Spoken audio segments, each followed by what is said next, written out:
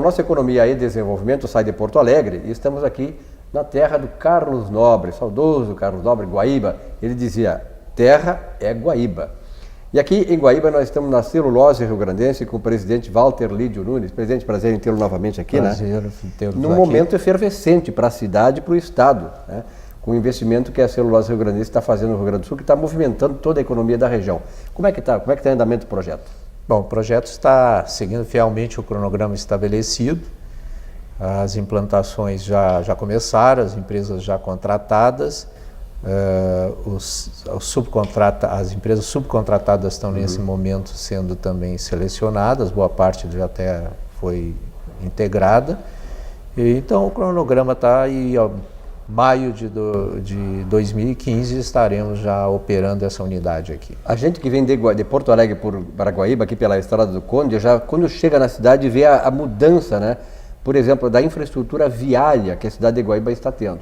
Uma série de coisas estão acontecendo, mas sobretudo em função deste investimento da Celulose rio-grandense aqui na cidade. Quer dizer, esta mudança, o senhor também observa, a Guaíba está mudando o perfil, né? Perfeitamente. Eu acho que um projeto desse tamanho, até pelo significado que a logística tem na cadeia econômica, havia necessidade de mudanças estruturais em Guaíba para poder englobar essa logística necessária. Com isso, houve mudanças na estrutura urbana, numa parceria entre a empresa e a prefeitura de Guaíba, e com isso deu-se uma outra configuração para a cidade. Presidente, uma das questões que tem preocupado vocês, naturalmente, é a questão da falta de mão de obra qualificada. Nós temos uma mão de obra, claro, que está ociosa e tal, mas ela não tem essa qualificação. E esse projeto exige uma mão de obra preparada, qualificada. Como é que vocês estão resolvendo essa questão? Bom, nós temos duas situações aí em termos de mão de obra. Uma é a mão de obra necessária para a construção e o outro é a mão de obra depois necessária para a operação. Obviamente que a mão de obra da operação do negócio como um todo é uma obra para muitos setores extremamente especializada e nós já estamos preparando essa mão de obra desde 2011. São pessoas que vão participar, técnicos que vão participar da operação e tal. Do ponto de vista da construção, há uma necessidade intensa de mão de obra e aí temos, em conjunto com o Pacto Gaúcho pela Educação e a Secretaria do Trabalho, fazendo essa mobilização no sentido de preparar a mão de obra, e aí mais de 6.000 pessoas estão no plano que temos para serem preparadas e depois integradas no projeto.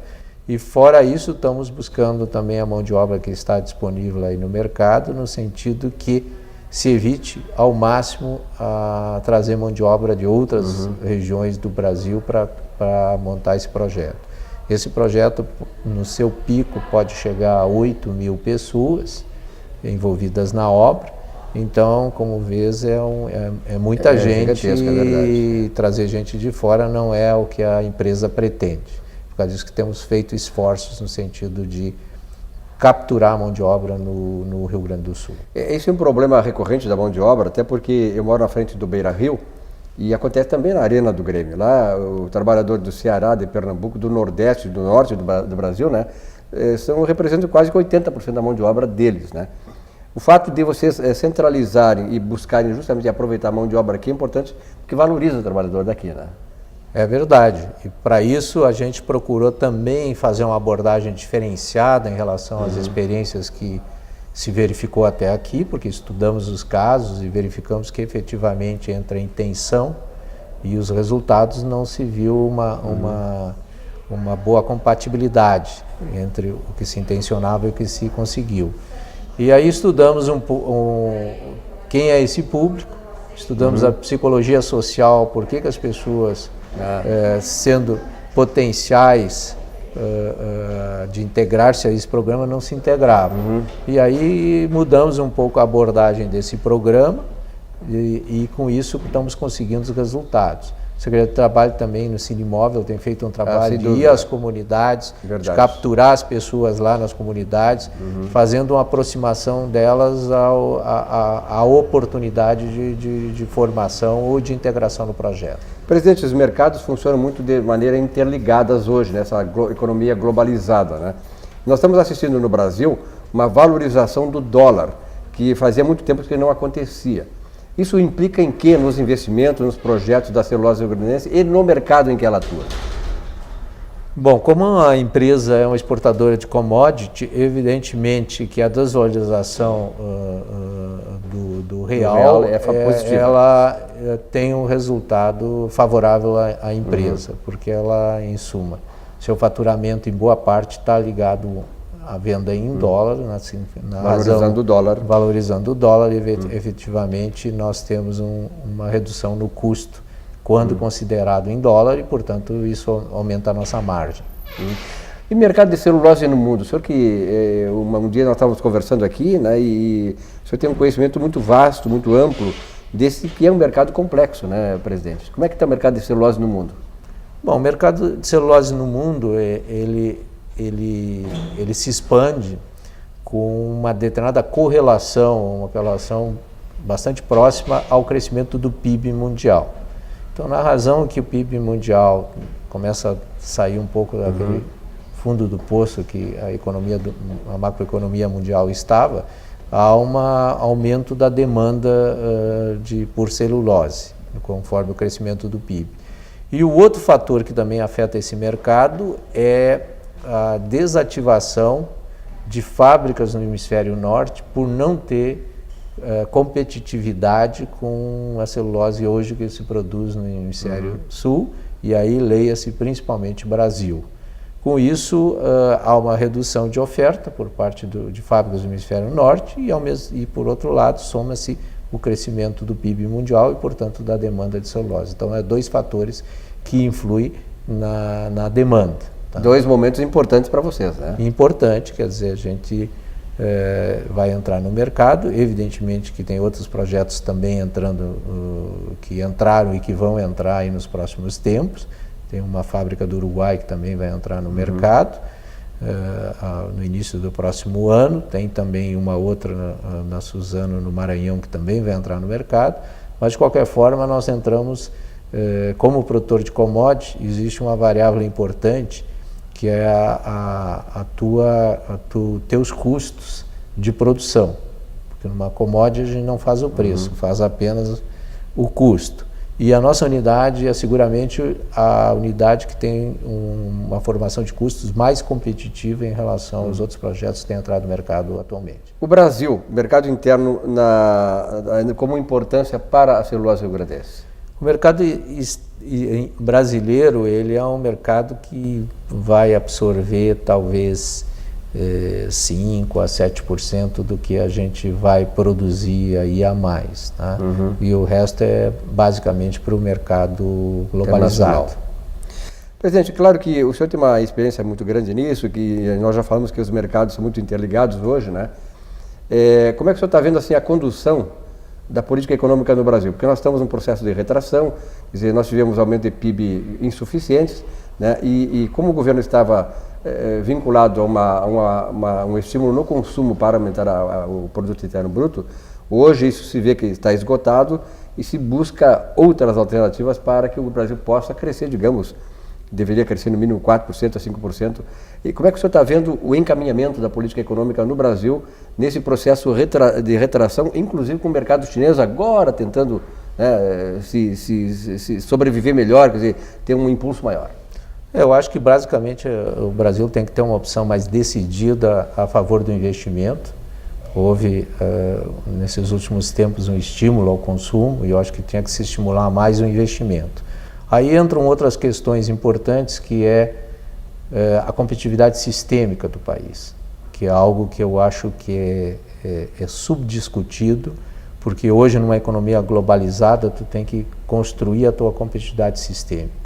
Eu até brinco que deveria até ter um Ministério de Competitividade Sistêmica para o país, porque isso são inúmeras as variáveis que compõem a competitividade sistêmica do Brasil. E isso temos que trabalhar mais. Eu acho que mexer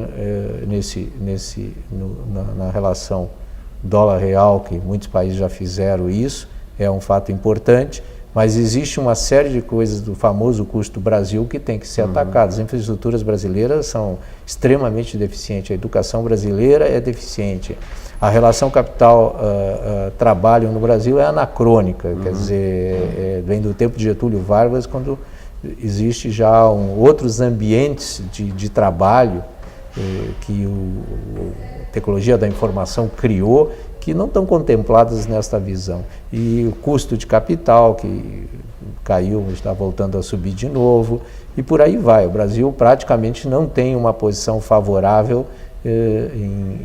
na maioria dos itens que compõem aquilo que se chama competitividade do sistema. A burocracia brasileira é algo estonteante, vocês nem imaginam o que é conseguir fazer um projeto, quer dizer, boa parte do que se dedica é resolver problemas de uma burocracia. E uma burocracia absolutamente ineficaz para os propósitos que estão atrás dela, entende? E por aí vai, quer dizer, eu acho que isso é assunto para mais de 3 horas de discussão. Sem dúvida. Por isso nós vamos fazer outros programas, inclusive explorar o conhecimento do Dr. Walter Lídio. Dr. Walter, uma coisa que o senhor deve ter acompanhado, claro que acompanhou, né? O senhor está aqui há bastante tempo. O Rio Grande do Sul teve várias fases na sua estratégia de desenvolvimento. Houve uma fase em que, por exemplo, aqui nós começávamos a regatear investimentos, até mandamos investimentos fora, porque não tínhamos aquela sensibilidade da importância, né, do investimento, quer dizer, havia um certo preconceito. Hoje, o senhor diria que este ambiente mudou, quer dizer, o Rio Grande do Sul hoje está sabendo atrair investimentos, é um mercado assim atrativo para o investimento internacional? Eu acho que o Rio Grande do Sul tem amadurecido no sentido de capturar os investimentos, porque eu não vejo outra possibilidade que o Rio Grande do Sul enfrente a crise em que ele está, porque o Rio Grande do Sul tem a maior dívida dos estados mais desenvolvidos do país. Quer dizer, a administração disso é efetivamente um dos eixos para administrar isso, é efetivamente estimular o investimento. E eu acho que hoje o ambiente é mais favorável e acho que essa linha tem que persistir e tem que se buscar capturar o máximo possível de investimentos aqui para tentar desenvolver e para que o Rio Grande do Sul readquira a posição que já teve no contexto da Federação Brasileira. Bom, uma questão também que afeta os investimentos é a questão da guerra fiscal entre os estados. O senhor é favorável, digamos assim, à manutenção da concorrência via tributos entre os estados? Bom, esse é um mecanismo que se estabeleceu, que evidentemente ele é um mecanismo de procurar atrair investimentos porque existe um contexto aí que precisava ser revisto, que é um planejamento às vezes de país, no sentido tem áreas que necessariamente precisam atrair investimentos, até porque existe uma população, elas precisam ser integradas na economia, há um planejamento de país a ser feito nesse sentido. Por outro lado, é a estrutura tributária brasileira, que também é algo que teria que ser revisto, que é uma das questões de custo Brasil. Então eu diria que essa questão aí é um quebra-galho na falta de outro tipo de políticas de desenvolvimento que o país poderia ter. Tá bom. Nós conversamos aqui com o Dr. Walter Lídio Nunes, presidente da Celulose Rio Grandense, mostrando para vocês alguns aspectos aí desse envolvimento toda a celulose na estratégia de desenvolvimento do Estado do Rio Grande do Sul, com esse investimento de quase 6 bilhões aí que a celulose está preparando e deverá, a partir de 2015, começar a dar os frutos maiores ainda do que já está dando. Presidente, um grande abraço. Obrigado pela oportunidade. Muito obrigado. Até a próxima oportunidade.